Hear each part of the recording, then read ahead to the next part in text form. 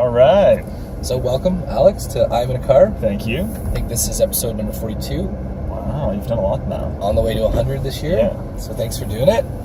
So everybody got Alex Hamilton of Intrigue, sailor and general all-around awesome like rock climber and outdoorsman, I guess. Yeah. So maybe as we do in all these things, we do a little like intro. Sure. You've been with the team for, I guess, better part of 2 years now. Yeah. Maybe even a bit more than that, depending on breaks and that kind of thing. Yeah, I think total it's coming up on around 2 years. Yeah. Full-time, 2 years in August. So maybe you can give the audience a little context. What were you up to before you started with Intrigue, and what are you doing these days? Sure. So before I started with Intrigue, I had just come back from a year of teaching English in Japan, and I was Yes. And I was attending a master's program at the University of Western Ontario in philosophy, and then I sort of decided that I didn't want to keep going the academic route because it was not very practical, and I wanted to be doing something a little more hands-on, a little more social. And so I left the program, was kind of like, I don't know what I'm doing with my life right now. I was a little freaked out. And then I was connected with an organization called Lutherwood, which is our employment services in Guelph. And I kind of went in and I was like, well, I've been a writer since I was, 12 years old. This is like, I feel like a skill set I can bring to the table with an organization. And they placed me with Intrigue for Shadow Week. And then at the end of the Shadow Week, I had an opportunity to continue and do a 2-month paid internship with you guys. And then at the end of that, I was given a full-time position, which is pretty awesome. Yeah, it is sweet. So yeah, that was sort of my route in. So I'm here I started as a copywriter, kind of doing copywriting, email, social media, a bunch of different stuff. And now I'm sort of honed in a little bit more on copywriting for websites and SEO. Yeah. It's kind of my ballpark. Which is super cool.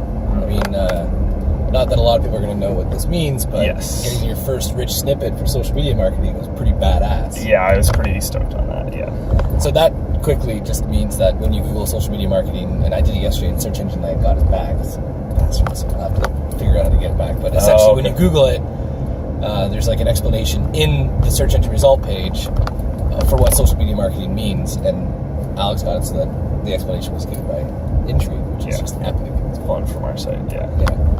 So now you're working on website and SEO. That's really cool. And so then you've been with us 2 years.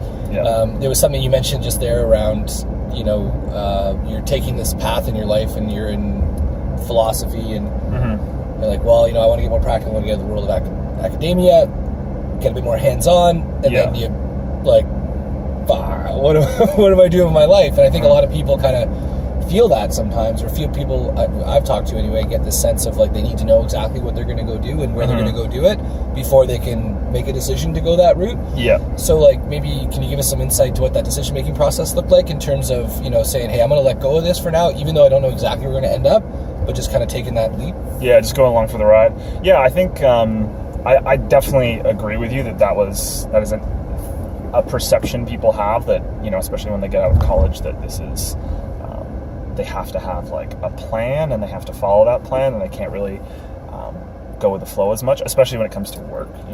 Maybe they'll take off a year traveling, but I think for me it was just getting over those internal mental hurdles of what I was expecting to do after I graduated, and just sort of seeing more what opportunities were presenting themselves, and following up on them and seeing if I was enjoying what I was doing in that situation. And in this case of Intrigue, I was, so I stuck with it. Yeah, that's awesome. Linda Murray, she did one of the kind of first ones of these, and she said that was like her biggest takeaway in her career was always being open to the opportunities that arise instead of like narrow focused on this is what I'm going to go do over the next 5-10 years. So that's kind of neat to hear you echo that. Yeah, for sure.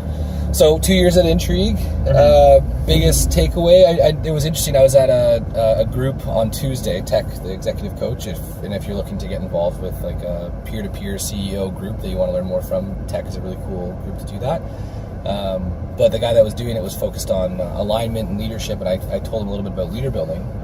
And he was like, wow, that's really neat, because it's like these micro leadership moments, and having a whole team of people kind of, learning about themselves, learning about their role on a weekly basis, he thought was really cool. So then I sent him a couple of like the search engine results of our website, that when you Google or search on leader building, and I saw one of your blogs of like the 12 kind of highlights of leader building. So maybe you can give some impact or some insight to the audience of like what it's been like at Intrigue, and maybe one of the big 1 or 2 takeaways you've had personally or professionally. Cool. So I think Intrigue definitely really changed my perception of what it means to be in the business world. I think when I was still on that academic route, I had a lot of resistance to the idea of being in the business world, which partly has to do with the fact that my dad did it and I wanted to be different. But also I think I had this perception that you didn't have as much opportunity to be creative in the business world, and which is just, not true based on the experiences I've had at Intrigue. So I think, I've just really challenged that assumption and realized that, it can be creative, it can be very fulfilling, it can be very interesting day to day, and like a lot of variety. It's not just, corporate cubicle life, as I think I thought it was when I was, young and didn't have any experience of the world. So that's one big takeaway. I think around the whole leadership thing, my biggest takeaway is just like, you have to be in charge of your own development. If you want to grow in a direction, you have to take the reins kind of thing, and decide what you want to read, what you want to learn more about. And I think doing leader building with Intrigue, and also as I go through the process further, having the opportunity to choose what books I'm reading and what I'm focusing on has been really neat as well. Yeah, it seems like there's been a big bright spot for you over the last 3 months, maybe more. Yeah. Of really getting teeth into specifically SEO. Yeah. And giving yourself the opportunity on a weekly basis for an hour or two to really kind of dig deeper into topics. Yeah. That's cool. Yeah, it's definitely been tricky, because it's carving out that time can be a challenge sometimes. But it's something I really enjoy doing, is just learning about that and kind of digging deeper into that world. So, well, I think one of the cool things for us as an organization was that because we had this kind of mandated part of the company of leader building, when we switched it to this role-based thing to kind of let it cocoon itself and turn into the next thing that's going to become whatever, the fall, winter, maybe even next year, who knows. Yeah. You already had the habit. Yeah. And I think that's kind of a unique thing that we have at the organization, is this weekly habit of learning and reflection. Yes. And it's these micro moments that don't seem to be too significant. I mean, every once in a while we share things that are massively significant on a week basis, but it seems like it's just these little kind of steps in the right direction that compound over time into big, meaningful impacts. Yeah, for sure. Yeah, it's. I think it is absolutely about the habit of just doing that on a regular basis. That is so significant. So what's going on right now in terms of your world? You're in the craft of writing. You're managing clients. You're inside an organization. You're really leading us in a lot of different ways, big time in terms of making sure our clients have what they need to be successful with their websites, doing a lot of client interaction, leading the team of copywriters and getting content out, because content's king.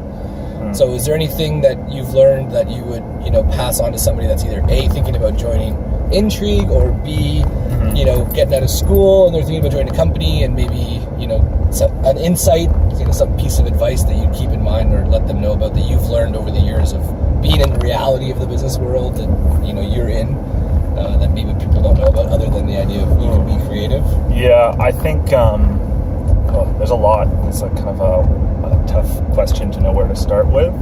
I think being in charge of your own learning, I'm going to sound a little bit like a squeaky wheel here, but yeah, I think taking charge of what you want to do and shaping the role for yourself is really important when you're coming out of a college context, or you're trying to start with somewhere like Intrigue, I think a lot of people are like, I just want you to tell me what I need to do here. But it's a lot more helpful if you come in with like a really specific skill set or set of aptitudes and are like, this is what I'm going to do for you guys, because then your managers or your boss will know like where you fit in the puzzle. Right. So then kind of taking that a little step further, it's this idea of like know yourself and show the value you can bring to the table, as opposed to going in there being like, hey, I can do lots of stuff, just let me know what you want me to do and I'll go do it. Yeah. And so why that difference? I think, and it's funny because I say this, but when I started at Intrigue, I totally was in that same mindset of like, just tell me what to do and I'll go do it. And sometimes it's hard to make the switch, but I think it shows that that you have an aptitude with something. How do I phrase this? Like, it shows that you know what you're doing, and it gives people confidence in you when you're coming in already being like, this is what I can bring to the table. Whereas the other one, it's like, well, we'll test you out and see if you're good at this, but we don't know until that happens, right? Yeah, so it seems like from that perspective, there's a couple of like two other ideas that I kind of heard from it. One was this idea that, well, if you've got an understanding of who you are and you come into an organization and say, here's the value I can bring, A, you're going to be doing stuff that you're probably good at and you'll like doing. Yes. Yeah. And B, learning doesn't stop when you graduate. Yes. Which I think a lot of people are like, I just graduated, I'm done learning, woo, burn the books. Yeah. But the reality is, in terms of like professional development, personal development, learning really kind of starts. Yeah. I think learning should never stop. You want to always be learning. Yeah, cool. So if there was one thing that you've learned over the years that you can go back and tell yourself, maybe 5-10 years ago, that you knew now today. So it's like if I'd only known that when I was younger. Is there any words of wisdom that you, or if anybody that you follow, any type of like authors or speakers, or somebody that you kind of keep in mind as like a mantra of like, this is something you live by? If I had to go back to myself, I'd probably just say, don't study philosophy.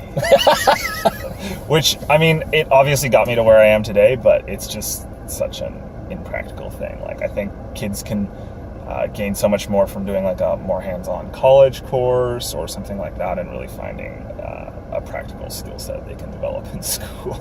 Well, I got to tell you, being outside of work and hanging out with you every once in a while, we do get into pretty good, meaningful conversations philosophically, which is pretty cool. Yeah, it's definitely cool, but I don't know. I think things would have been a lot easier at certain points if I just figured. And maybe that's just the way she goes. Is you reach a point, you're like, oh yeah, now I am gonna focus on more practical things and stop being so airy-fairy. Whatever, I'm stoked you went through it because you're here now and you're awesome. Yeah, I don't regret it. All right, cool. Yeah. Well, thanks for doing this, Alex. No problem. All right, see you guys. Yeah.